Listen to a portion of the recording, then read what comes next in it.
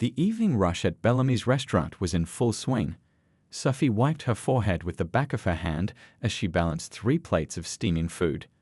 23 years old with dark brown hair pulled back in a messy bun, she moved quickly between tables, her feet aching in the second-hand shoes she'd bought from a thrift store. "Order up, Sophie," called the chef. Sophie nodded, forcing a smile despite her exhaustion. This was her second shift today. The morning had been spent at the diner across town, and now she'd be here until midnight. 2 jobs, barely any sleep, but she needed every penny. Her mother's hospital bills weren't going to pay themselves.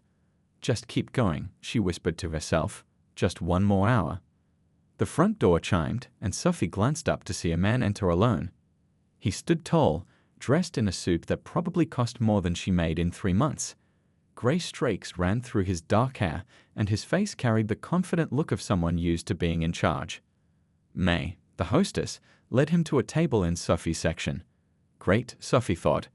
Rich customers could go either way. Amazing tips or impossible demands. "Good evening, sir," Sophie said, approaching with her notepad. "Welcome to Bellamy's. Can I start you with something to drink?" The man looked up from the menu, his blue eyes sharp and assessing. For a moment, something flickered across his face, surprise, maybe, but it disappeared so quickly Sophie thought she'd imagined it. "Sparkling water, please," he said, his voice deep and controlled. Throughout the meal, Sophie noticed how the man barely touched his food. He seemed lost in thought, occasionally looking around the restaurant as if searching for something. Or someone. When it came time for the bill, Sophie placed it carefully on his table. "Whenever you're ready, sir. No rush." The man, who Sophie had heard another server refer to as Mr. Rhodes, reached for his wallet. As he opened it to pull out a credit card, something fell onto the table.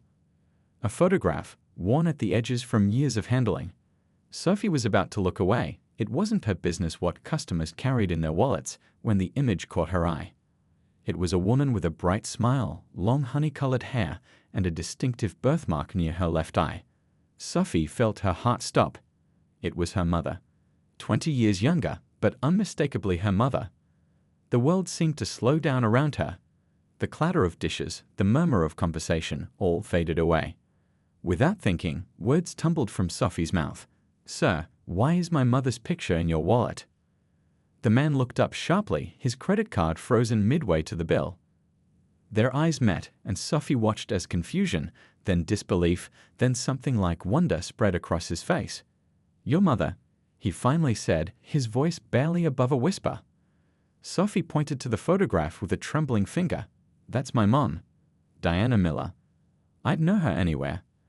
Mr. Rhodes stared at Sophie now, really stared, taking in her features, the shape of her eyes, the curve of her chin, the same distinctive cheekbones as the woman in the photo. "Diana." He repeated the name like it was sacred. "Diana Miller." "Yes," Sophie said, suddenly aware that she was standing in the middle of a busy restaurant, having what felt like the most important conversation of her life. "She's in the hospital now. She's been sick for a while." Mr. Rhodes slowly stood up, towering over her. Around them, other diners continued eating, oblivious to the life-changing moment unfolding at table 16. "My name is Alexander Rhodes," he said, extending his hand. "And I think we need to talk." Sophie looked at his outstretched hand, then back at the photo. 1,000 questions raced through her mind. Why did this wealthy stranger have her mother's picture? How did he know her? And why did he look at Sophie with such intensity, like he was seeing a ghost? With a deep breath, Sophie took his hand. It was warm and firm, and somehow strangely familiar. "My shift ends in 20 minutes, she said quietly. Neither of them knew it yet, but that handshake was the beginning of a story that would change both their lives forever. Sophie's hands shook as she hung up her apron in the back room of Bellamy's restaurant. Her co-worker Lily noticed immediately. "You okay? You look like you've seen a ghost," Lily said, adjusting her earrings before heading out. "I'm fine," Sophie lied, "just tired." But it wasn't tiredness making her heart race. It was the man waiting for her at table 16, the man with her mother's picture.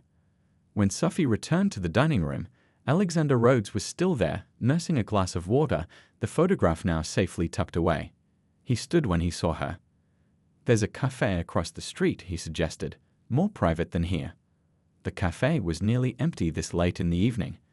They chose a corner table, far from the few other customers.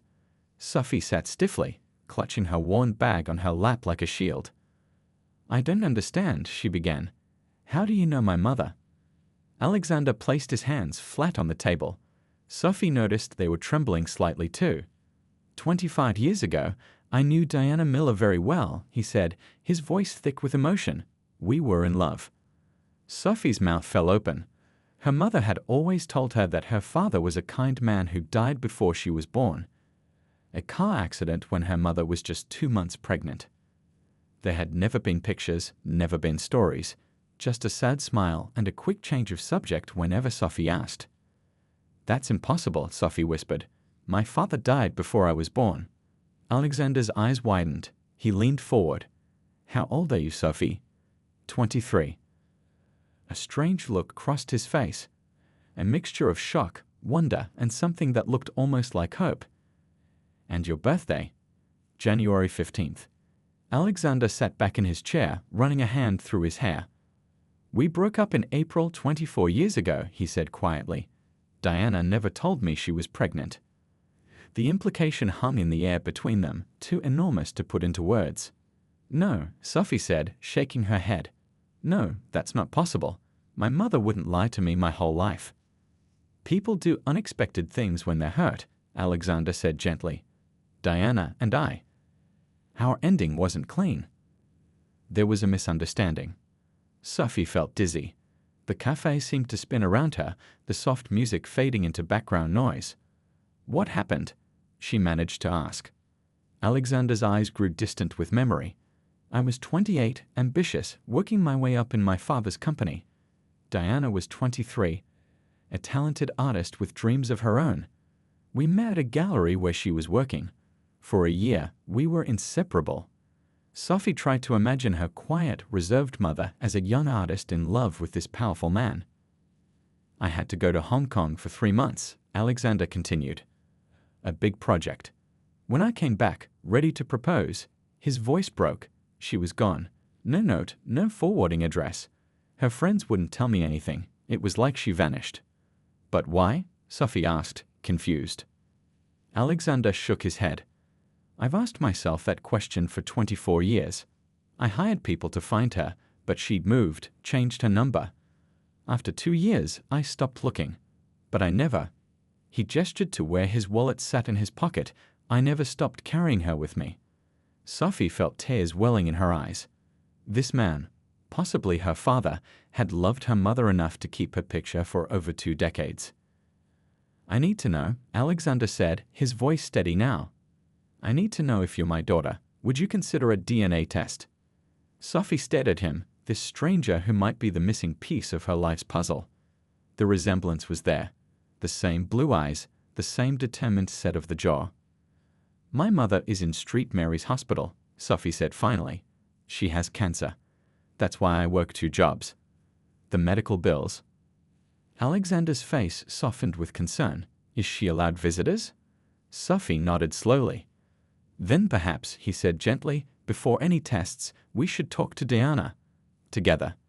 Sophie looked down at her hands, then back at Alexander's hopeful face. 23 years of wondering, of making up stories about the father she never knew. And now here he was, possibly sitting across from her in a quiet cafe. "Tomorrow," she agreed. "We'll go tomorrow." As they left the cafe, snow had begun to fall, soft flakes catching in Sophie's hair.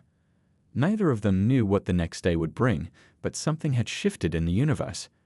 A picture in a wallet had connected 2 people who never should have been strangers in the first place. The morning sun struggled through the heavy clouds as Sophie stood outside St. Mary's Hospital. She'd barely slept, her mind racing with questions. Was Alexander Rhodes really her father? Had her mother lied to her all these years? Why? A sleek black car pulled up to the curb. Alexander stepped out, looking just as tired as Sophie felt. He wore a simpler suit today, still expensive but less showy. In his hand, he carried a small bouquet of yellow daisies. "Diana's favorites," he explained, noticing Sophie's surprised look. "At least, they used to be." Sophie swallowed hard. "They still are." They walked through the hospital corridors in silence. Sophie's rubber-soled shoes squeaked against the polished floor, while Alexander's expensive leather ones made no sound at all. Two people from completely different worlds, connected by one woman. Outside room 312, Sophie paused. "Let me go in first. She's not expecting you." "I don't want to shock her." Alexander nodded, his knuckles white around the flower stems. Sophie slipped into the room. Her mother lay against the pillows, thinner than ever, her once beautiful honey-colored hair now short and dull from treatments. But her eyes, the exact same shape as Sophie's, brightened when she saw her daughter. "Sweetie," Diana said, her voice weak but warm, "you didn't have to come before work." Sophie sat on the edge of the bed, taking her mother's hand. "Mom, there's something I need to talk to you about." She took a deep breath. "Last night, at the restaurant, I met someone who knows you." Diana's eyebrows pulled together in confusion. "He had your picture in his wallet," Sophie continued, "from a long time ago." The color drained from Diana's already pale face. "Who?" she whispered, though the look in her eyes suggested she already knew. "Alexander Rhodes." Diana closed her eyes, her hand trembling in Sophie's. When she opened them again, tears were sliding down her cheeks. "He's here," Sophie said gently. "He wants to see you." For a long moment, Diana said nothing. Then, with a shaky breath, she nodded. Sophie went to the door and motioned for Alexander to come in. He entered slowly, almost reverently, his eyes fixed on Diana. The years fell away from his face as he looked at her, and suddenly Sophie could see the young man who had fallen in love with her mother all those years ago. "Diana," he said, his voice catching. "Alex," she replied, and the single word carried decades of emotion. He approached the bed, placing the daisies on the side table. "You look beautiful," he said, and somehow, despite the hospital gown and the illness, Sophie could tell he meant it. "You always were a good liar," Diana said with a weak smile. Alexander pulled up a chair close to the bed. "I think there's been enough lying between us, don't you?" The tension in the room was thick enough to touch. Sophie felt like an intruder in a conversation that had started 24 years ago and never properly ended. "Why did you leave?" Alexander asked. The question direct, but his tone gentle. "I came back from Hong Kong with a ring in my pocket, and you were just gone." Diana looked at Sophie, then back at Alexander. "Your father came to see me while you were away." Alexander's face hardened. "My father?" "He said your engagement to Patricia Chen was the final piece in securing the Asian expansion." Diana's voice grew stronger with each word, as if she'd been holding the story inside for too long. "He had the newspaper announcement, the ring design, everything." "There was never any Patricia," Alexander said, his voice tight with anger. "No engagement. He lied to you." "He offered me money to disappear," Diana continued. "I refused. Then he threatened to ruin my career. Said he had connections at every gallery in the city. And you believed him. You believed I would be part of that." Alexander's pain was visible in every line of his face. "I was 23 and terrified," Diana said. "And then I found out I was pregnant." Her eyes moved to Sophie. "With you." Sophie felt like the floor was tilting beneath her. "So he is." "Your father," Diana confirmed quietly. "Yes." Alexander stood up suddenly, turning away to hide the tears in his eyes.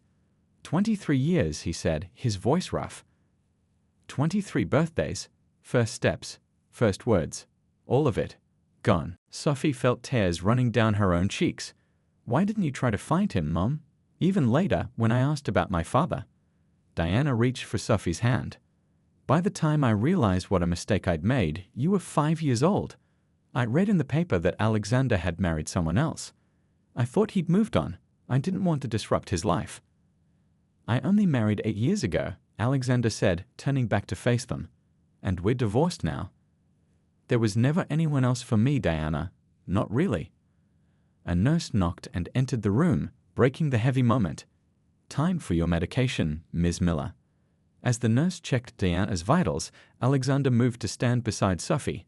Hesitantly, he put his hand on her shoulder. She didn't pull away. "We have a lot to talk about," he said quietly. "All three of us." Sophie nodded, looking from her mother to the man she now knew was her father. A family broken by lies, now facing the truth together. 3 days after their emotional hospital reunion, Sophie found herself standing in the gleaming lobby of Rhodes Tower, feeling completely out of place. The marble floors reflected her worn sneakers, and her simple jeans and sweater stood in stark contrast to the designer suits rushing past her. "Can I help you?" asked the receptionist, her perfect eyebrows raised slightly. "I'm here to see Alexander Rhodes," Sophie said, trying to sound confident. The receptionist's smile turned polite but dismissive. "Do you have an appointment?" Before Sophie could answer, the elevator doors opened and Alexander himself walked out, deep in conversation with an older man in an expensive suit. When he spotted Sophie, his serious expression softened immediately. "Sophie," he called, waving her over. "I'm glad you came." The older man looked between them with obvious curiosity. Alexander placed a hand on Sophie's shoulder. "Thomas, this is Sophie Miller, my daughter." Thomas's eyes widened, but he recovered quickly, extending his hand. "Well, this is unexpected." "Thomas Chen, company vice president." Sophie shook his hand, feeling the weight of his gaze as he studied her face, no doubt looking for resemblance to Alexander. "Sophie has agreed to join us for lunch," Alexander explained. "And afterward, I thought I'd show her around." Thomas nodded, still looking slightly stunned. "Of course. The board meeting is at 3. As they rode the elevator to the top floor, Sophie's stomach churned with nerves. When the doors opened, they revealed a world she'd only seen in movies, an executive dining room with floor-to-ceiling windows overlooking the city. A few people were already seated, all turning to look as Alexander entered with Sophie. "Everyone," Alexander said, his voice carrying across the room. "I'd like you to meet someone very important. This is Sophie." He didn't call her his daughter this time, perhaps sensing her discomfort with the sudden attention. Instead, he simply led her to a table by the window, pulling out her chair with old-fashioned courtesy. "This is all too much," Sophie whispered as a waiter immediately appeared with menus. "It's not enough," Alexander replied. 23 years of birthdays and holidays to make up for." Sophie glanced around the room. "People are staring." "Let them," Alexander said with a small smile. "I've never brought anyone to lunch here before. They're probably in shock." As they ate, Alexander told Sophie about his company, his voice growing animated as he described projects that brought clean water to remote villages and renewable energy to urban centers. "It's not just about making money," he explained. "It's about making a difference." Sophie nodded, thinking about her mother's description of young Alexander, ambitious but idealistic. Perhaps that part of him had never changed. After lunch, Alexander showed her through the building, the engineering department with its 3D printers and prototypes, the marketing floor with its creative energy, and finally, his own office with its stunning view of the city. "What do you think?"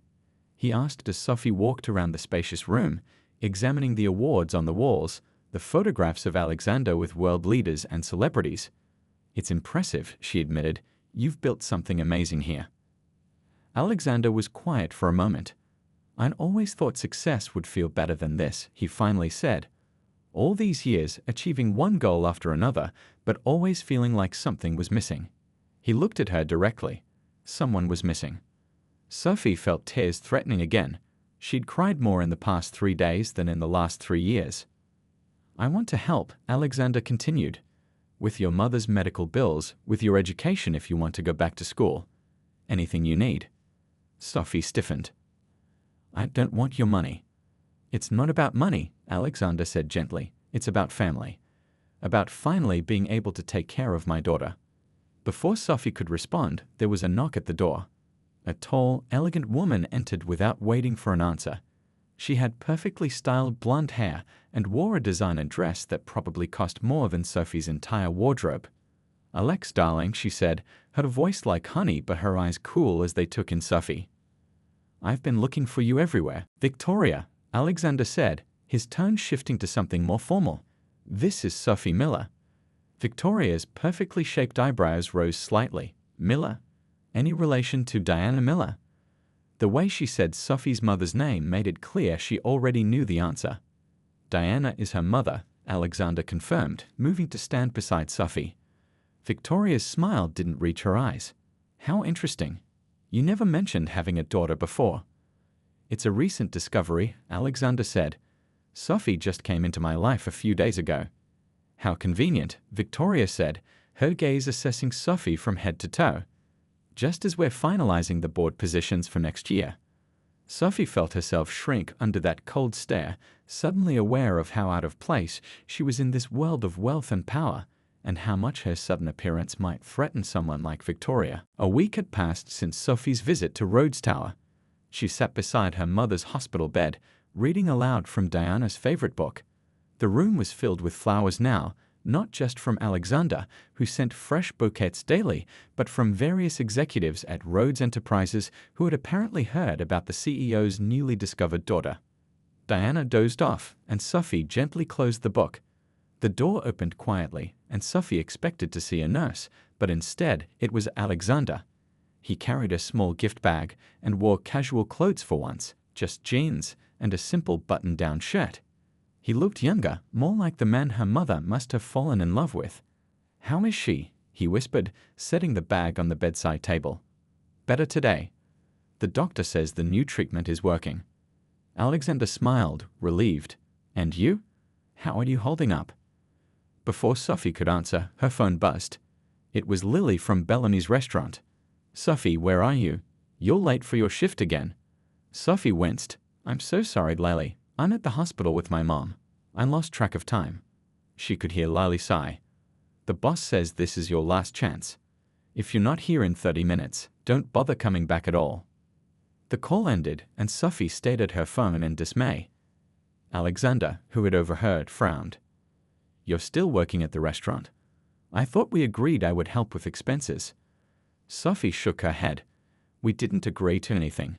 And I don't take handouts, even from—" She hesitated, still not comfortable saying the word father. "It's not a handout," Alexander said. "It's what any parent would do." "You've been my parent for a week," Sophie replied, gathering her things. "I've been taking care of myself for years." She hurried out of the hospital, torn between anger at Alexander's assumption and panic about losing her job. The buses were running late, and by the time she reached Bellamy's, she was 40 minutes behind schedule. The manager, Pete, shook his head as she rushed in. "Too late, Sophie. I gave your tables to Nora." "Please," Sophie begged. "I need this job. My mom." "I know about your mom," Pete interrupted, "and I'm sorry, but I've got a business to run."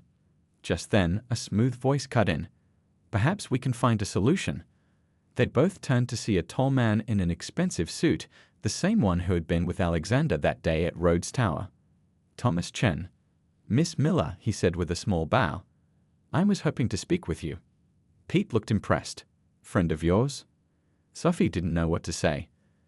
Thomas Chen smiled charmingly at Pete. "I represent Rhodes Enterprises. We're interested in discussing a business opportunity with Ms. Miller here, if you could spare her for 20 minutes. Pete's attitude changed instantly. "Take your time. In fact, Sophie, why don't you take the night off? With pay." Confused but relieved, Sophie followed Thomas to a corner booth. A young man was already sitting there, handsome, in his early 30s, with the same confident air as Alexander. But where Alexander's eyes were kind, this man's were calculating. "Sophie Miller," Thomas said. "This is Ryan Harrington, Alexander's nephew." Ryan smiled thinly. "So you're my long-lost cousin. How convenient." Sophie sat down wearily. "What do you want?" Thomas looked uncomfortable, but Ryan leaned forward. "Let's skip the small talk. How much?" "Excuse me. How much to disappear? To leave Alexander alone and never contact him again?" Sophie stared in disbelief. "I'm not looking for money." Ryan laughed harshly. "Right. The poor waitress who suddenly discovers her father is one of the richest men in the country isn't interested in his money. Let's be honest here." "Ren," Thomas warned. "This isn't what we discussed." "It's exactly what we discussed," Ryan snapped. "You're just too polite to say it directly." He turned back to Sophie. "My uncle has worked his entire life building this company. I've spent my entire career preparing to take over when he retires. And now you show up? A nobody from nowhere." Sophie felt her face flush with anger. "I didn't show up. Your uncle found me, remember? I was perfectly happy with my life before he walked into it." Then go back to it, Ryan said coldly. Name your price. Everyone has one. Sophie stood up so quickly her chair nearly fell over. I don't have a price. And I don't want Alexander's money or his company. I just want. She trailed off, not sure herself what she wanted from this new, complicated relationship. You just want what? A family? Ryan mocked. How touching. Well, here's some family advice, cousin. Alexander Rhodes doesn't let people get close. Ask his ex-wives. Ask anyone who's ever loved him. The company always comes first. That's enough, Thomas interrupted. Ryan, this was not the approach we agreed on. As they argued, Sophie slipped away, her mind racing. Outside the restaurant, the evening had turned cold. She wrapped her arms around herself, trying to make sense of what had just happened. Was Ryan right? Was she just another person Alexander would eventually push away in favor of his company? And more importantly, why did that thought hurt so much when she only known him for a week? Her phone rang. It was Alexander, probably wondering where she'd gone. Sophie hesitated, then declined the call. She needed time to think, to figure out if she really had a place in Alexander Rhodes' world, or if she was just setting herself up for more heartbreak. 2 days had passed since Sophie's confrontation with Ryan, and she hadn't returned Alexander's calls. She'd lost her job at Bellamy's and was down to just the morning shift at the diner. It wasn't enough to cover her mother's medical bills, but pride kept her from reaching out to Alexander. The diner was nearly empty when Sophie's phone rang again. Alexander. For the 10th time. With a sigh, she finally answered. Sophie? Thank goodness. Alexander's voice was strained with worry. Are you all right? I've been trying to reach you for days. I'm fine, she said flatly. Just busy. There was a pause. I'm at the hospital with your mother. She's asking for you. Sophie's heart dropped. Is she okay? Her fever spiked overnight. The doctors are concerned. His voice softened. She needs you, Sophie. 20 minutes later, Sophie rushed into her mother's hospital room. Diana looked worse than she had in weeks, pale and small against the white sheets. Alexander stood when Sophie entered, relief clear on his tired face. You came, he said simply. Sophie nodded, moving past him to take her mother's hand. Diana's eyes fluttered open. There you are, she said weakly. I was worried. I'm here now, Sophie said, fighting tears. I'm not going anywhere. Diana's gaze moved between Sophie and Alexander. You two had a fight. It's nothing, Mom. Don't worry about it. Diana shook her head slightly. Life is too short for pride, Sophie. Trust me, I know. She looked at Alexander. Could you give us a moment? When Alexander had stepped out, Diana squeezed her daughter's hand as firmly as she could. What happened? Sophie hesitated, then told her about Ryan's offer, Victoria's cold looks, and her fear that she would never fit into Alexander's world. His nephew said Alexander always puts the company first, that he pushes everyone away eventually. Diana was quiet for a long moment. When I left Alexander all those years ago, I thought I was protecting myself from heartbreak. I was so sure his father was right, that Alexander would choose his career over me. Wasn't he right? Sophie asked. Alexander became exactly what his father wanted, the powerful CEO. Yes, but at what cost? Diana's eyes filled with tears.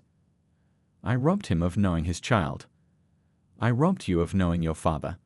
All because I was too scared to fight for what we had. She squeezed Sophie's hand again. Don't make my mistake. The door opened and a nurse entered with medication. Ms. Miller needs rest now. Sophie kissed her mother's forehead and stepped into the hallway, where Alexander waited, pacing. The nurse says she needs rest, Sophie said awkwardly. Alexander nodded. I heard about what happened at Bellamy's. Sophie stiffened. How? Thomas told me he saw you there with Ryan. Alexander's face darkened. He also told me what Ryan said to you. Sophie, I'm so sorry. Is it true? Sophie asked quietly. Do you always put the company first? Alexander looked away, his shoulders slumping slightly. For many years, yes, the company was all I had after your mother left. It became my life, my identity. He turned back to face her. But finding you has changed everything. Ryan said you've pushed away everyone who ever loved you. Ryan is afraid of losing his inheritance, Alexander said. But he's not entirely wrong. I have kept people at a distance.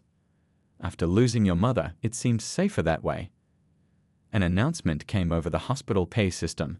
Visiting hours would end in 15 minutes. I should go, Sophie said. Wait, Alexander reached into his pocket and pulled out a small worn envelope. Your mother gave me this yesterday. She wanted me to share it with you. Sophie took the envelope. Inside was a yellowed photograph she'd never seen before. Her mother and Alexander, young and smiling, his arms wrapped around her. On the back, in her mother's handwriting, Alex and Diana, spring 2001. The happiest days. There are more, Alexander said. A whole box of memories your mother kept hidden all these years. Letters I wrote that she never opened. Birthday cards I sent that were returned. His voice cracked. I never stopped trying to find her, Sophie, not for the first 5 years. Sophie stared at the photo, seeing the joy in her mother's face, the love in Alexander's eyes. Ryan also said something else, she said quietly. That I'm just after your money. Alexander shook his head firmly. I know that's not true. You've turned down every offer of help I've made.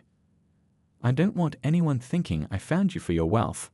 Sophie, Alexander said gently, you didn't find me. I found you, remember?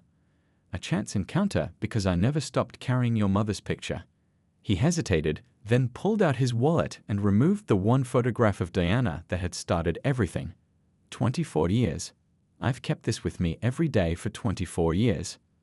The simple truth of this gesture, this proof of lasting love despite separation and misunderstanding, made Sophie's defenses crumble. She'd been so afraid of being hurt, of letting this man into her life only to be disappointed. But wasn't that exactly what her mother had done years ago? Let fear make her decision. The hospital corridor lights dimmed slightly, signaling the end of visiting hours. I need to go home and change before my morning shift, Sophie said, tucking the photograph carefully into her pocket. Sophie, about your job. I still don't want your money, she interrupted. But maybe, she took a deep breath. Maybe we could have dinner tomorrow? Just to talk. The hope that filled Alexander's face was answer enough.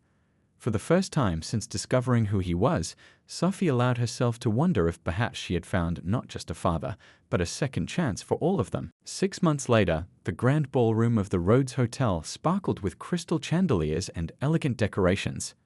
It was the annual Rhodes Foundation Charity Gala, the most prestigious event on the city's social calendar.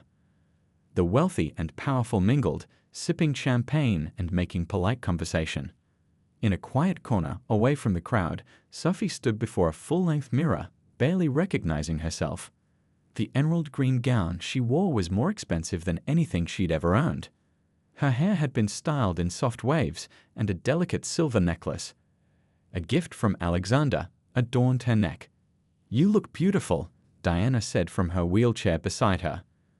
Her mother had made remarkable progress since starting the experimental treatment Alexander had arranged. Her hair was growing back, and color had returned to her cheeks. The doctors were cautiously optimistic. I feel like I'm playing dress-up, Sophie admitted, smoothing the silky fabric. Like I don't belong here. Diana reached for her daughter's hand. You belong anywhere you choose to be, Sophie. Remember that. A gentle knock at the door interrupted them. Alexander entered, handsome in his tuxedo, his eyes warming at the sight of them. The guests are asking about the guest of honor, he said to Sophie with a smile. Are you ready? Sophie took a deep breath. As ready as I'll ever be. As they made their way toward the ballroom, Alexander whispered, nervous. Terrified, Sophie admitted. All these people. Just be yourself, he said. That's who they need to meet. Not some polished, perfect version. The real Sophie, the one who asked a billionaire why he had her mother's picture in his wallet. That made her smile, remembering that fateful night at Bellamy's restaurant. How much had changed in 6 months. How much she had changed. They paused at the entrance to the ballroom.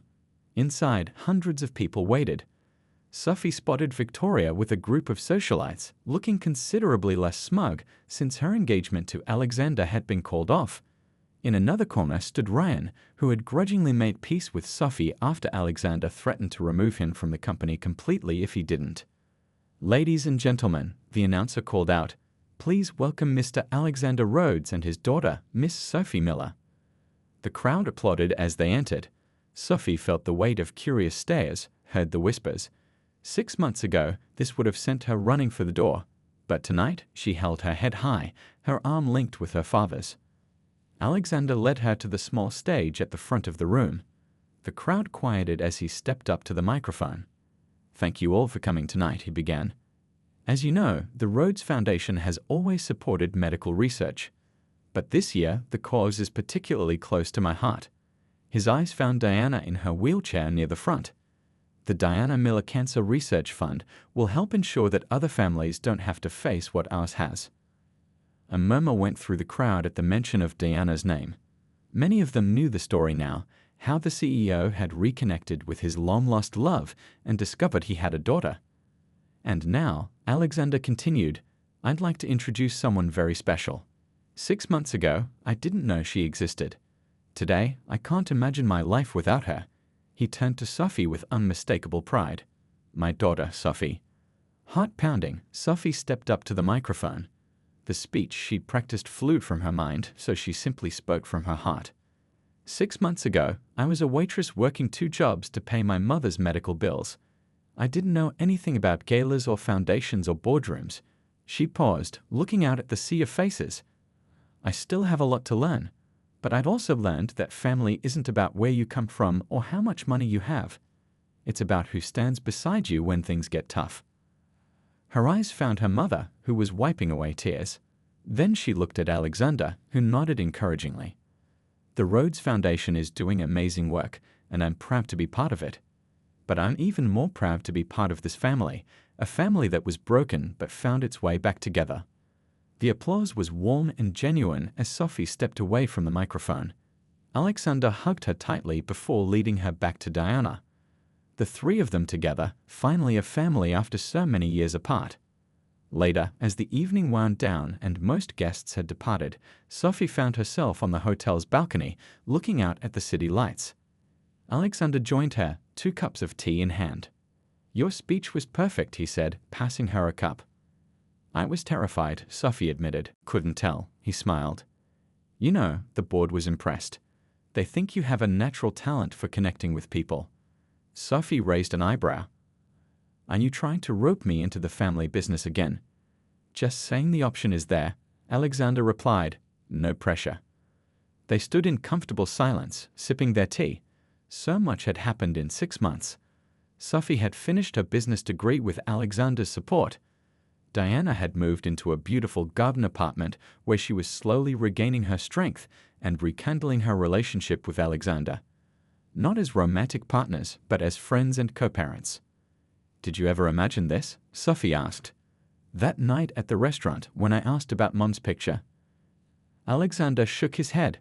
"Not in my wildest dreams, but I'm grateful every day for your courage to ask that question." A poor waitress says to the billionaire CEO, "Why is my mother's picture in your wallet?" Sophie smiled. "Sounds like the beginning of a fairy tale." "No," Alexander said, putting his arm around her shoulders. "It sounds like the beginning of our story, and I have a feeling the best chapters are still to come."